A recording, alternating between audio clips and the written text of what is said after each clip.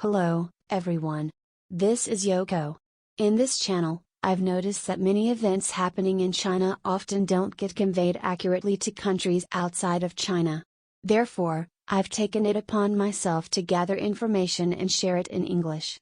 I receive information from multiple sources, so I would appreciate your feedback and comments on the content of the videos. I should note that English is not my native language, so I use an AI speaker to generate the audio to ensure the information is conveyed accurately. If you like what you see, please consider subscribing to the channel and providing your support. Now, let's get into the first topic for today. It's about a significant incident that has been widely reported in Japan recently. On October 19th, an individual uploaded a video that was reportedly from the third factory of China's Qingdao beer, Qingdao beer. In the video, an individual is seen urinating on the raw materials of beer stored in a large warehouse. After this video was uploaded and widely shared, it caused confusion and misinformation. Subsequently, over the weekend and into Monday, the stock price of Qingdao beer sharply declined due to this incident. Although it has partially recovered since then, the company reported to the police on Monday and announced the sealing of the beer's raw materials.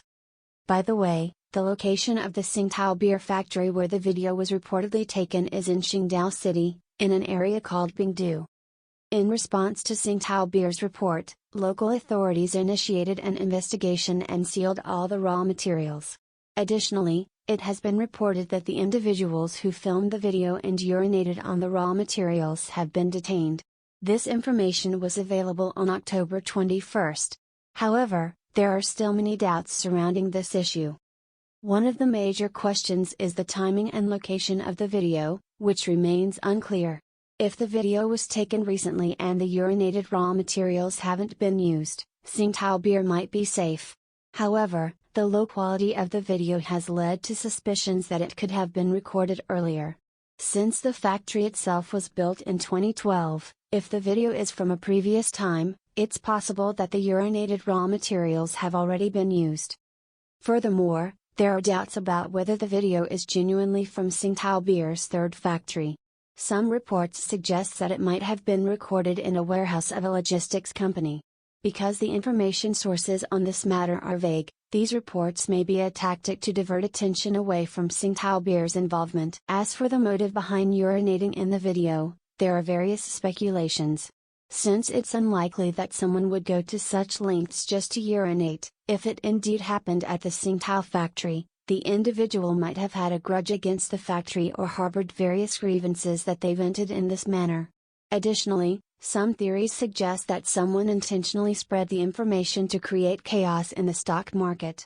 Therefore, at this point, there is no clear resolution to this incident, and many questions remain unanswered. In this situation, where even my fellow colleagues don't really understand well, various speculations are flying around. By the way, concerning whether Chinese people will stop drinking Qingdao beer due to this incident or return to it after a while, different people have different opinions. But ultimately, it is believed they will go back to it. The reason for this is that, on the surface, they trust Qingdao beer, and Qingdao beer is an established manufacturer, so it should be fine. They say things like that. However, in reality, I don't think it's that simple. I think it's different from how Japanese people perceive it, but in China, it's common knowledge that there are many things that, when you see where they are made, you lose your appetite. If everyone knew, you wouldn't be able to buy anything if you worried about it. So, even if they think it's suspicious when they say they disposed of the problematic ingredients, I think most people will start drinking Qingdao beer again. It's because it's gross, and there are plenty of such things in the environment in which they are produced. Anyway, at the moment, there is still no official announcement regarding the perpetrator, when the video was filmed, and other details. If such information comes out, I'd like to introduce it. However, it may be kept under wraps. For example, if it turns out that the video was actually taken a long time ago, it could be that beer was produced using bad ingredients and many people have been drinking it. If that's the case, they might not announce anything. Now, on to another topic for today. There is another incident that recently occurred, where Japanese trading company employees have been detained in China once again. These incidents seem to be happening more frequently. Previously, a Japanese employee of Astellas Pharma was arrested and has not been released since. Then, an employee of Nomura Securities entered mainland China and was subsequently prohibited from leaving the country. This is also quite recent. Following these events, this time, an employee of a Japanese trading company has been detained. The Japanese trading company appears to be involved in rare metal trading. However, it is said that Chinese authorities may have arrested him due to information related to rare metals. The fact that employees of Japanese companies are being detained is a significant pressure for these companies. Moreover, for many Japanese companies, this situation might make them feel like, it could be us tomorrow. I don't believe Japanese companies have any intention of engaging in espionage activities. Still, Chinese authorities have arbitrarily deemed their activities as espionage, and they can arrest anyone at any time. After an employee is detained, they request, "Tell us what the espionage activities were." We don't intend to do that, but they don't provide any clarification, so it remains a complete black box. Chinese authorities act as they wish. Having a significant number of Japanese company employees stationed in China is something that might be wise to reconsider. Lately, there have been frequent detentions, and the issue isn't about Japanese employees being cautious. So, discussing what actions might be seen as espionage and sharing information doesn't make much sense. When China decides to detain someone, they don't need a reason, they just want to catch them because they can. So, it's a situation where it's better to assume that anything can happen when you're in China. China has become very dangerous, both politically and militarily. Even from an economic perspective, it's heading towards decline. You might think that China is still a significant market due to its large population, but Chinese companies share the same perspective.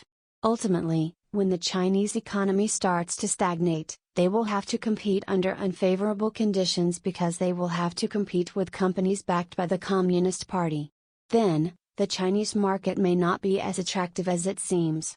A typical example of this is the automotive industry. Japanese car quality is very high, but because of China's national policy, Chinese manufacturers are becoming more popular. So, staying in such a place indefinitely isn't a sustainable strategy. Furthermore, the world is moving towards bipolarization, and Japan and China are in different camps. With further development of this bipolarization, it's possible that investments from Japan to China may be seized. This has already happened in Russia, for example. It's no longer unthinkable that this might happen. So, if you're going to invest, it's safer to invest in the same camp, or at least not in the opposing camp. I'm concerned that we are entering an era where this will be a risk. That's all for this topic in this video. Let's meet again in the next one.